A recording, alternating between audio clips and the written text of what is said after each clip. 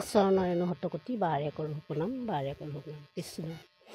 আমাৰ শ্ৰীমন্ত শংকৰদেৱ সংঘৰ আমি মাঘেৰিটা জিলা শাখাই আজি মাঘেৰিটা থানাত এজাহাৰ দাখিল কৰিছোঁ। আমাৰ মূলৰ নিৰ্দেশনা আছিলে যে প্ৰতিখন জিলাতে আমাৰ শ্ৰীমন্ত শংকৰদেৱ সংঘৰ থানাত এজাহাৰ দাখিল কৰিব, যিহেতু আমাৰ টাইপা নামৰ এটা সংগঠনে আমাৰ হীৰৰ মুকুট স্বৰূপ যিখন সংবিধান আছিলে আৰু আমাৰ স্তম্ভ আছিলে, জয়গুৰু শংকৰ লিখা আছিলে তাত, সেই গুৰুজনাক তেখেতে পদাঘাত কৰিছে তেখেতলোকে।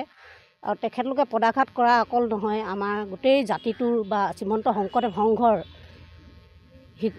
শিশুৰ পৰা বৃদ্ধলৈকে যিমানখিনি আই বাপসকল আছিলে, ভকত সমস্ত আছিলে, সকলোকে পদাঘাত কৰিছে। আমাৰ সকলোৱে অন্তৰ আজি কঁপি উঠিছে। ভিডিঅ' আমি চাব নোৱাৰিছোঁ।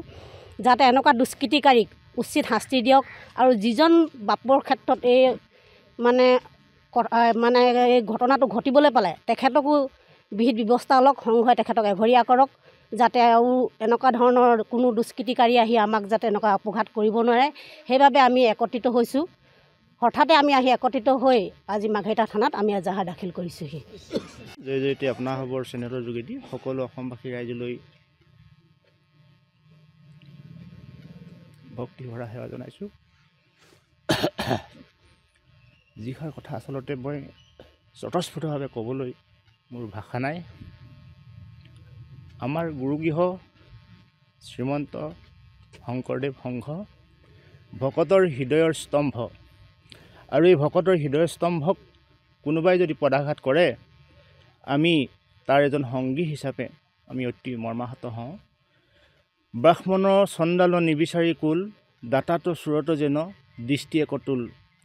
সমগ্ৰ মানৱ জাতিক একতাৰ দোলেৰে বান্ধা মহাপুৰুষ শ্ৰীমন্ত শংকৰদেৱৰ আদৰ্শৰে অনুপ্ৰাণিত হোৱা শ্ৰীমন্ত শংকৰদেৱ সংঘই এখন বৰ্ণিল সমাজ প্ৰতিষ্ঠা কৰিবলৈ সক্ষম হৈছে। লক্ষ লক্ষজন জাতি জনগোষ্ঠী ভাষা ভাষী লোকেৰে সমৃদ্ধ আমি শ্ৰীমন্ত শংকৰদেৱ সংঘৰ এখন বৰ্ণিল সমাজ। আৰু এই সমাজখনৰ সংবিধানক কোনোবাই যদি জ্বলাই দিয়ে, আমাৰ কিন্তু অন্তৰে নহয়ে। গতিকে এই যিকেইজন ব্যক্তিৰ দ্বাৰাই এই কাৰ্যসূচীবিলাক হৈছে, সেই ব্যক্তিকেইজনক গণতান্ত্ৰিকভাৱে যথোচিত শাস্তি যদি প্ৰদান কৰা নহয়, তেতিয়াহ'লে সিহঁতে নিজৰ দেউতাকক পদাঘাত কৰাটো বাদ দিয়ক, সমগ্ৰ মানৱ জাতিক পদাঘাত কৰিব। আজি সেইকেইজন ব্যক্তিয়ে কেৱল শ্ৰীমন্ত শংকৰদেৱ সংঘক পদাঘাত কৰাই নহয়, নিজৰ পিতৃপুৰুষক পদাঘাত কৰিছে। গতিকে এই বিপদৰ সন্ধিক্ষণত দুৰ্যোধন দুঃশাসন সদৃশ সেই সন্তান আমাৰ মাজৰ পৰা যাতে শেষ হৈ যাওক, এই উদ্দেশ্য আগত ৰাখি আমি আজি এই গণতান্ত্ৰিকভাৱে এজাহাৰ দাখিল কৰিছোঁ।